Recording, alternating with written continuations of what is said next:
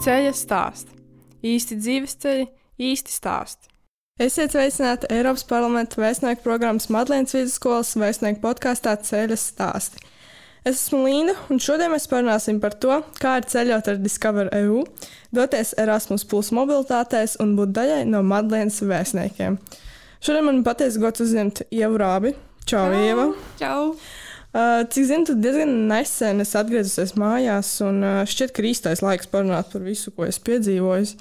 Bet vispirms var nedaudz iepazīstināt ar sevi. Jā, čau, esmu Ieva. Man ir 18 gadi, esmu no Madlīnas, un man ļoti patīk braukāt apkārt, ceļot, gūt jaunas pieredzes, pilnveidoties. Tas jums apmēram ir arī viss, kas jums jāzina par Ievu. Bet vai vari klausītājiem īsi pastāstīt, kas ir šī Discover EU programma?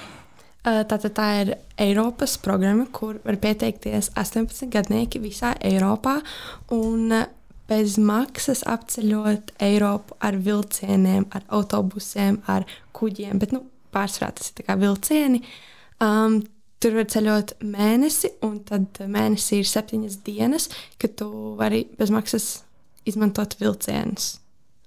Ir arī nāk klāt arī tāda jauniešu atlaižu karte, bet tā īsti nav tik forša kā tas pats vilcienu lieta. Un kāds bija tas ceļš, vai arī tas stāsts līdz šim ceļojumam? Kā tu uzzināji? Kāds bija tas pieteikšanās process? Es, godīgi sakot, neatceros, kā es par to uzzināju, jo es jau to zinu ļoti ilgi, tā kā no kādiem 13, 14 gadiem. Es zināju, ka ir tāda lieta, kad Eiropā 18 gadnieki var ceļot bez maksas, un to pašu pieteikšanos to var izdarīt caur Eiropas mājaslapu. Es to mājaslapu atradu e-klasē, tā kā pie ziņojumiem, un tad es oktobrī pieteicos, jo viņam ir 2 reizes gadā pieteikšanās, un man sanāca oktobrī pieteikties. Tur ir jāatbild uz vienkāršiem jautājumiem. Tu vari arī nepareizi atbildēt uz tiem jautājumiem. Tas ir tā kā konkursa veidā tevi izlozē kaut kādā veidā. Bet es nevienu no tiem jautājumiem neatceros. Man bija pārāk liels stress laikam. Un kā tu jūties, kad uzzināji, ka esi saņēmusi šo karti? Tad es pieteicos oktobrī, un es uzzināju janvāra sākumā, kad dabūju to kartu, un es biju ļoti priecīga. Es nevarēju sagaidīt visu plānot, un visu izdomāju, kur es gribēšu braukt. Mamma ar tēti nebija tik priecīga, viņiem jau sākās stress iekšējs, bet es biju ļoti priecīga. Un vai vari nedaudz tā pastāstīt tieši, kāds bija tas tavs maršruts, un kā tu izvēlējies tos galamērķus savam ceļojumam? Man maršruti diezgan daudz mainījās.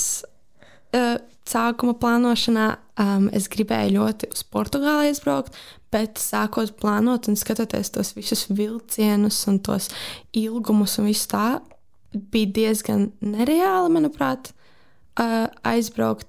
Jo es zināju, ka visticamāk, kad es lidošu uz sākumu, kā es arī izdarīju, un tad tā kā braukšu atpakaļ mājās ar vilcieniem. Un jā, sākumā man bija Porto un Lisabona plānota, tas man atcēlās, jo tie vilcieni es viņus nesapratu, un viņi nebija kaut kādi labie. Un tad es biju Barcelonā, tad es no Barcelonas devos uz Nīcu, kamēr es biju Nīcā, es aizbraucu uz Kannām un uz Monako. Tad es no Nīcas devos uz Žano, kas ir Itālijā, kas bija vienkārši, lai es tieku tā kā tālāk, jo tur starp robežu ir ļoti daudz kalni.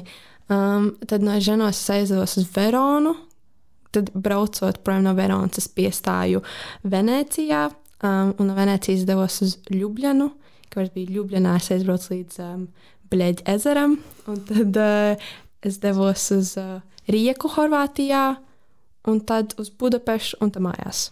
Diezgan daudz mazā laikā, manuprāt. Kā tu mājās tiki no Budapeštas? No Budapeštas man bija 12 stundu vilciens uz Bielostoku pie Polijas robežas, un tad uz Viļņu ar vilcienu, un tad no Viļņas mājās ar autobusu. Diezgan daudz. 12 stundas. Wow.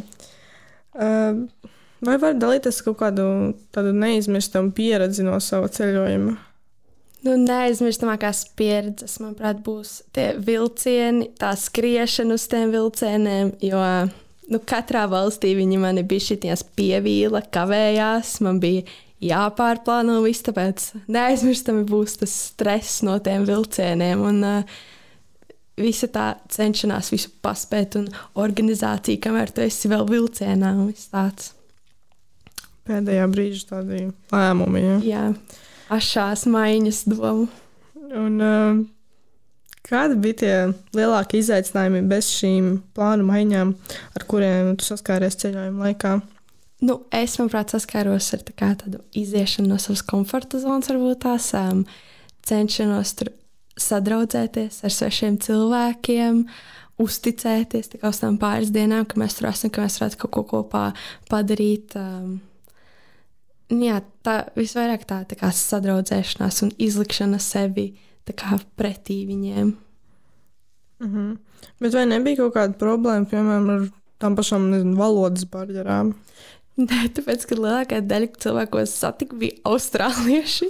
Tā kā man katrā hostelī, katrā manā istabiņā bija vismaz viens austrālietis. Un arī tie, kas bija tā kā no Eiropas, viņiem bija ļoti laba angļu valoda. Tad tiešām paveicās, bet kā šis ceļojums mainīja tavu skatījumu uz Eiropu un tās kultūrām? Kā viņas atšķiras? Vai? Es nezinu.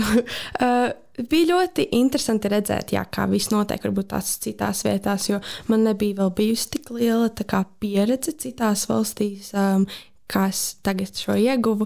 Varēja redzēt, kā piemēram karstākās valstīs visur ir kondicionieri. Tā kā mums, manuprāt, Latvijā tā nav, bet citās valstīs, tur viss ir tā kā atvēsinoši iekšpusē, bet mums Latvijā, manuprāt, tāpēc ir karsti arī iekšā.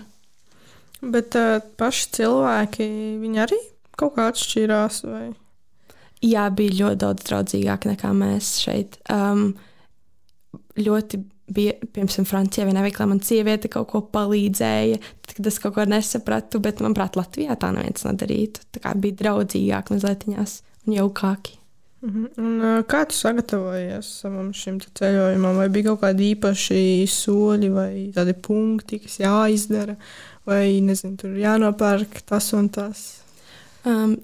Pašam Discover ir jāielādē aplikācija, kur tu vispār vari salikt visus savus vilcienus, savus maršrutus un tā, bet tas nebija tik sarežģīti. Vissarežģītāk bija rezervēt lietas, jo tīpaši man nepadodas rezervācija internetā, tāpēc man ļoti palīdzēja man krusmāte. Mēs kopīgi visu norezervējām, pareizos datumus, pareizos vilcienus. Vilcieniem arī vajag seat reservations, tā kā tev ir vieta, kur tu varēsi sēdēt. Tos arī bija jānopērk, bet es tāpatās Viļņa Rīga biļeti nopirku nepareizi. Es nopirku mēnesi vēlāk, augustā, nevis jūlijā, bet to mēs atrisinājām diezgan ātri. Vajadzēja man somu nopirkt. Soma nebija tas trakākais, diezgan ātri atradu. Un tad vienkārši jākrāmē viss kaut kas iekšā. Un vai tev izdevās iegūt kādus jaunus draugus ceļojuma laikā, izņemot, protams, tos visus austrāliešus? Tieši ar austrāliešiem sadraudzējos. Es dabūju dažas draudzenes, dažas draugus. Minimāli uzturam kontaktu, jo viņi vēl ceļo. Bet viņi ceļo arī šo programmu? Nē, viņi vienkārši braukā apkārt ar lidmašīnām, manuprāt. Un kas tev patika visvairāk un varbūt kas vismazāk ceļojuma laikā? Es centos būt diezgan spontāni, kad es tā kā braucu uz kādu jaunu pilsētu, un es tad skatījos TikTokā, ko man vajag tur redzēt, ko man vajag tur apskatīt, un kas ir obligāti jāredz, kas ir obligāti jāpagaršo. Tāpēc tādā veidā tas viss man bija tā kā spontāni, jo es gribēju vēl to tā kā nezināmo priekš visa tā brauciena. Un tad tu vienkārši ej pa pilsētu, un tu pagriezies pa labi, un tu pēkšņi redz, ka tev kaut 10 brazīlieši taisa akrobātikas trikus, un tu apstājies un paskaties, kas notiek. Un tad ļaujies kaut kādam tam mazliet relaksējošam, atslābinājošam, ka tā kā nav obligāti tur jāredz visi muzeji, tev nav obligāti tur jāaiziet pilnībā visur, bet kaut kāda mazā smukā vietiņa. Un visgrūtākais bija tie vilcieni, un kad es jau tā ņēmu, tā kā, ja man bija jābūt pārsēšanās, tad es ņēmu stundu vismaz starp tiem vilcieniem, un dažreiz es reāli knapi paspēju uz to nākošo vilcienu, tāpēc bija tā grūti. Un it īpaši, sakoties Horvātijai, ties vilcienos nebija kondicionieris, un tev bija iekšā plus 40 grādi, un tur nebija logus, nevarēja atvērt, un tad tas bija ļoti, ļoti grūti. Kura valsts vai varbūt pilsēta tev bija vismīļākā un uz kuru tu gribētu atgriezties? Vismīļākā, man liekas, man bija Barcelona. Man ļoti patika. Tā ir palielināt vairāk, man liekas, turisma nekā jebkāda cita pilsēta. Un tur visi bija tiešām draudzīgi. Man arī hostels bija ļoti, ļoti forši, jo pirmajā vakarā, kā es ieritos, tur bija karaoke vakars. Tātad es uzreiz varēju ļoti ātri tā kā sadraudzēties ar cilvēkiem. Jā, man ļoti patika. Tur nebija arī traki karsts, kad es biju. Vienkārši tā atmosfēra visā pilsētā ļoti, ļoti forša. Un tu katrā pilsētā paliki vienu dienu vai vairākas? Tas varējās. Visilgāk, ka es paliku Barcelonā un Nīcā, un vismazāk man bija Ljubljana un Budapešta. Un atgādini vēlreiz, cik ilgs bija tavs ceļojums? Es ceļoju nedaudz virs 2 nedēļām. 2 nedēļas un 3 dienas kaut kā tā. Nu, un tu esi bijusi gan Eiropas parlamentā Strasbūrā, gan Briselē. Strasbūrā tu biji pagājušajā gadu un Briselē šogad. Tu biji ciemos pie mana podkāsta viesa, Ivara Ieva.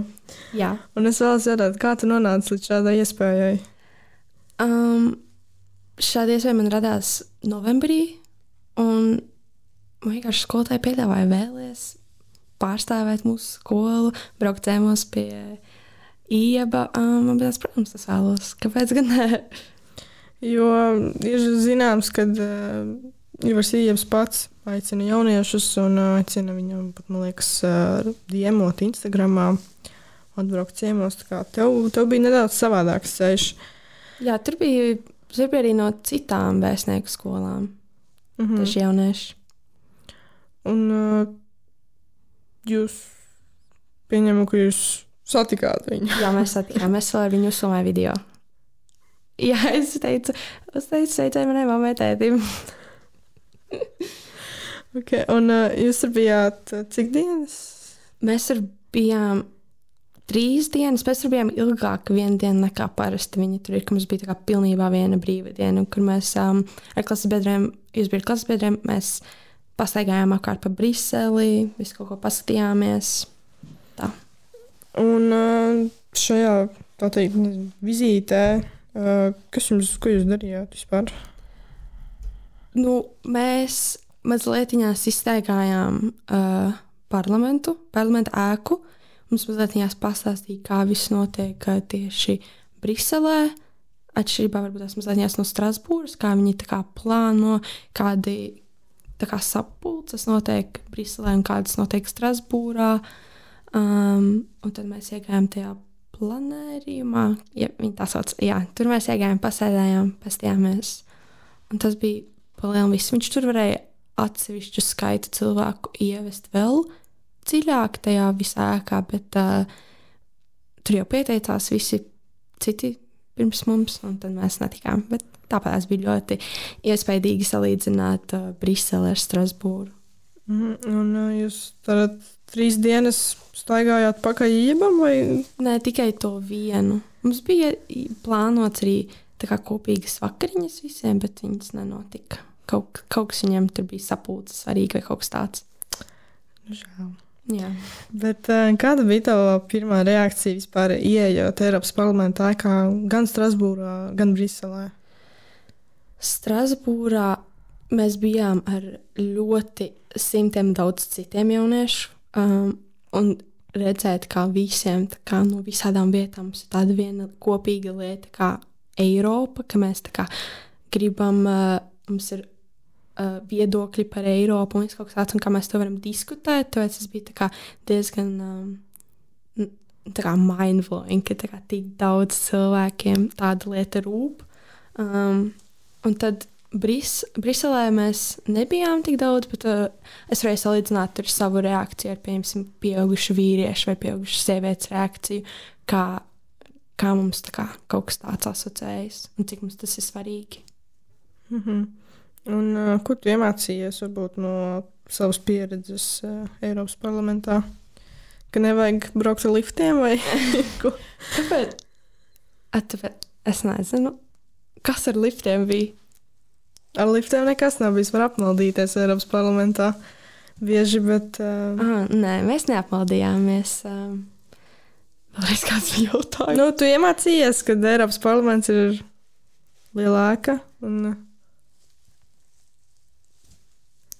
Ko tu iemācījies no savas pieredzes? Nu, tas, ka katra viedoklis ir svarīgs, jo mums, piemēram, Strasbūrā mēs varējām izlikt, mums bija par sieviešu vienlīdzību diskusijas, un tad mēs varējām izlikt kaut kādu vienu tēzi, kas tā kā ir svarīga, un tad mēs visi par to nobalsojām. Manējā tika uzbalsot, man liekas, 2. vietā no kādiem 500 cilvēkiem, un tad man bija mazliet jāapstāsta vairāk, par ko es ar to domāju, kāpēc tas ir svarīgi, un tad tā kā tu redzi, ka tavs viedoklis ir svarīgs un tiek uzklausīts, un tas uzreiz tā kā dod vairāk cerību uz kaut ko.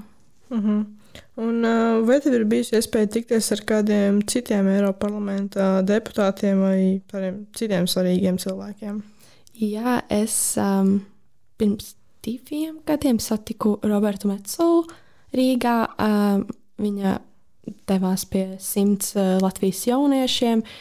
Es ar Justīnu, kas arī vēstniekos piedalās, mums piedāvāja, vai mēs tikām uzaicinātas. Mēs devāmies, uzklausījām viņu, arī redzējām, cik viņai ir svarīgi jaunieši un cik viņa arī tā kā Latviju grib uzklausīt no visas Eiropas, speciāli pie mums atbrauca. Un tad, man liekas, tur bija vēl daži deputāti tajā dienā, bet es neatcerēšos, kuri. Un kas tev vispilgtāk ir vispār palicis atmiņā no šīm abām Eiropas parlamenta pieredzēm? No Strasbūras man palika atmiņā viņa bufete. Tur bija ļoti garšīgs ēdiens. Bet, tā milzīgā vienkārši ēka, ka tur tā kā tik daudz svarīgi lēmumi tiek pieņemti vai tiek izvirsīti, kas tā kā mani katru dienu var ietekmēt. Tas tā traki, man liekas. Un tagad nedaudz par Erasmus plus mobilitātēm. Kurš ir bijis tavs mīļākais Erasmus plus brauciens un kāpēc? Man patīk jebkurš brauciens, kurā man līdzi ir Justīna. Mums vienmēr ļoti jautri ir. Bet, man liekas, pats foršākais ir bijis Francijas brauciens, kur mēs braucām pie franču jauniešiem un ka viņi pie mums atpakaļ atbrauca. Tas bija ļoti forši viņus no pirmo reizi satikt, vēl atkal satiks. Un man visvairāk patīk tās pašas dienas autobusos, ka mums ir jābrauc, jo tā kā mēs visi esam kopā, mēs varam tur kaut ko runāt, diskutēt un mazliet saigt prātā, ka tu esi visu dienu autobusā, bet tur jau tā lieta, man liekas, tieši ir. Un vai ir kaut kāds tāds, kā pasaka, story time no Francijas brauciena? Mūsu ar Justīni katru vakaru lamāja, ka mēs esam pārāk skaļas mūsu istabiņā, bet tas pirmās dienas pārgājiens, ka viņi teica, ka mēs iesim nelielā pārgājienā, bet mēs nojām kādus 20 kilometrus Lietuvu. 12 kilometri mums teica, ka mēs iziesim tā kā riņķīti nelielu. Jā, maziņa pasteiga apskatīt pilsētu, kur mēs gājām kalnos, liela lietus, traki bija. Bet man ļoti patika, mēs varējām, tad mēs likām frančiem ar mums runāt ar Justīnu, un tad tas vairāk tā kā viņus varbūt tās atslāpināja un parādīja, ka mēs neesam tik bailīgi. Klausītāji, kas varbūt nesaprot, es arī biju Francijas braucienā, un es droši varu pateikt, kad viņu varēja dzirdēt, kurā istabiņā ir jau.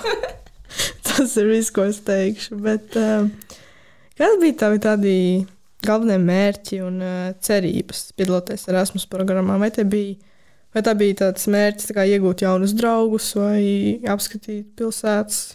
Nu, man vienmēr ļoti liekas interesanti tās pašas skolas un kā viņi mācās. Man ļoti, jo es esmu arī bijusi Spānijā, un man ļoti patika salīdzināt ar tik tuvas valstis un kā viņiem atšķirās tā kā mācīšanās un kā paši skolēni skolā uzvedās. Mēs tā kā bijām uz tādu mazliet prestižu skolu Francijā, un Madridē es biju uz tādu vienkārši pilsētas skolu, un tad varēja redzēt, kā tā kā atšķirās pašu skolēnu stils, kā viņi uzvedās, atšķirās, un to mazliet jāsalīdzināt ar mūsu skolu vai ar citām Latvijas skolām. Tas vienmēr liekas ļoti interesanti. Un, protams, arī cilvēkus satikt, kas viņiem liekas varbūt tās stilīgs, foršs, kas viņiem varbūt tās nepatīk, un tad to salīdzināt. Mhm. Un vai vari varbūt pastāstīt par kādu īpašu Erasmus pieredzi, kas tev īpaši palikusi atmiņā? Nu, man ļoti patika Madride, jo mēs bijām maijā, maija sākumā, un tik ļoti labi varēja redzēt, ka mēs esam turisti, jo mēs bijām šortos, kraklos, un mums jau bija nereāli karsti, un tad visi citi bija džinsos, džemperos, jakās milzīgajās, un tad, redzēt kā galvaspilsētu, to salīdzināt ar Rīgu, un man ļoti arī patika tā pati skola, viņa bija diezgan milzīga, tā kā es jutos mazliet tā kā Amerikā, jo viņiem bija tā kā atsevišķas mājas visādām tā kā nodarbībām, un tad iekšpagalms, un tad man ļoti patika tā skola. Un tās meitenes, ar kām es sadraudzējos, arī man ļoti patika. Un tad vakarā redzēt pašu pilsētu, cik viņa tā kā ir dzīva, tāpat tās ir otrdien, un visi iet kaut kur. Ļoti man patika. Un varbūt, man liekas, katram cilvēkam, kas brauc Erasmus plus braucienos, noteikti ir kaut kāda sava tāda, varbūt, sliktā pieredze. Kāda būtu tavējā?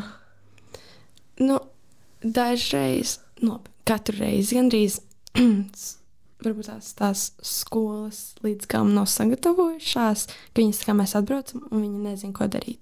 Jo Francijā, es saprotu, tiem jauniešiem bija tā kā jābrauc mājās, autobusi gāja, neko nevar darīt, bet likt mums sēdēt stundu kādā klasē, tas bija tā bišķītiņās. Bet mēs tāpat tās sevi izklaidējām, mums bija interesanti, un tikai tā sēdēšana man ne tā patika.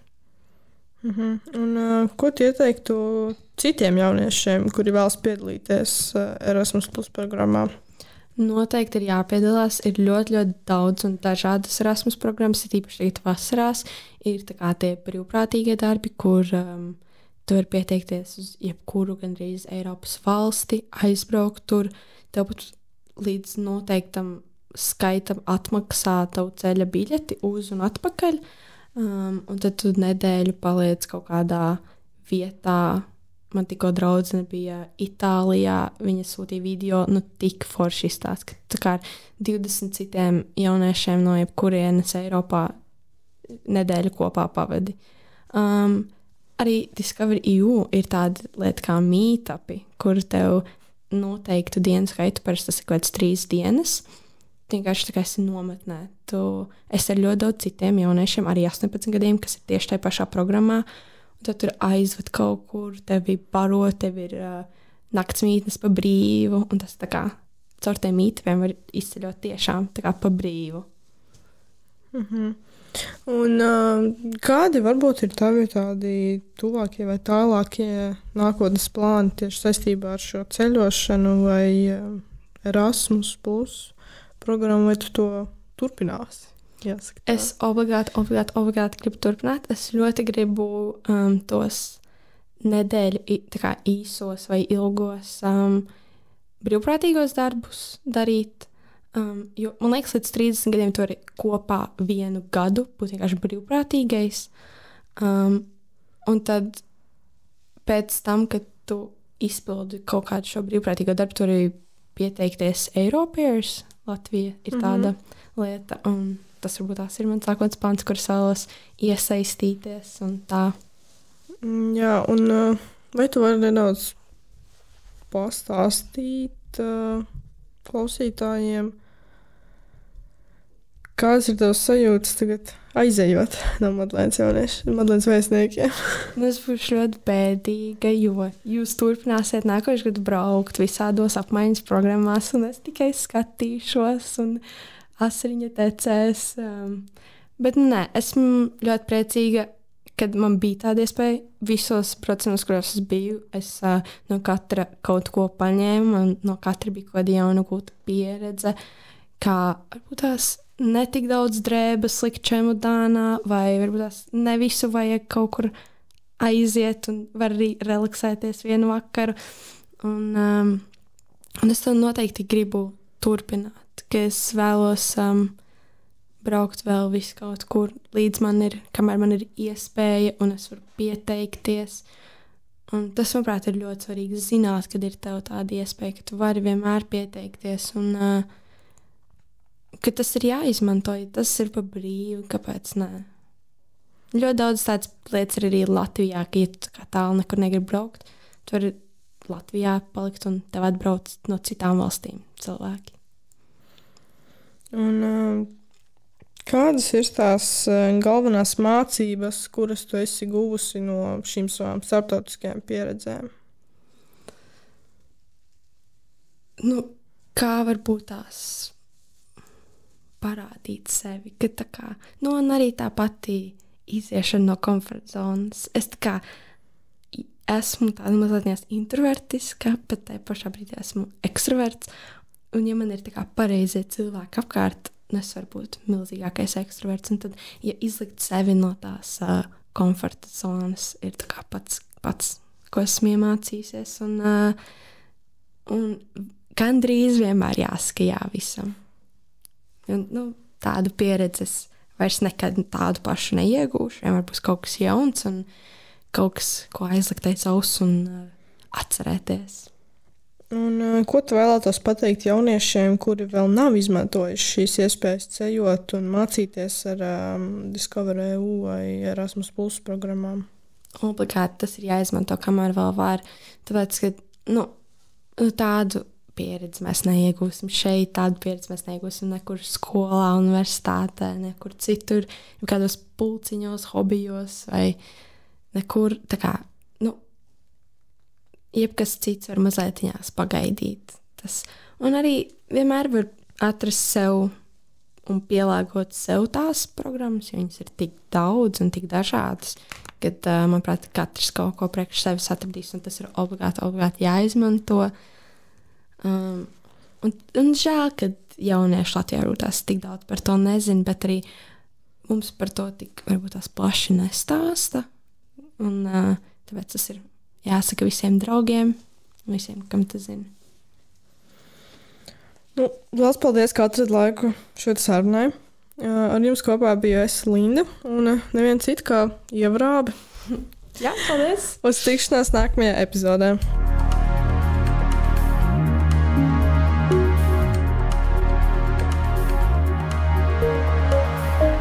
Podkāsts ierakstīts Ogas jauniešu mājas podkāstu studijā ar podkāstu komandas Jaunie un palīdzību.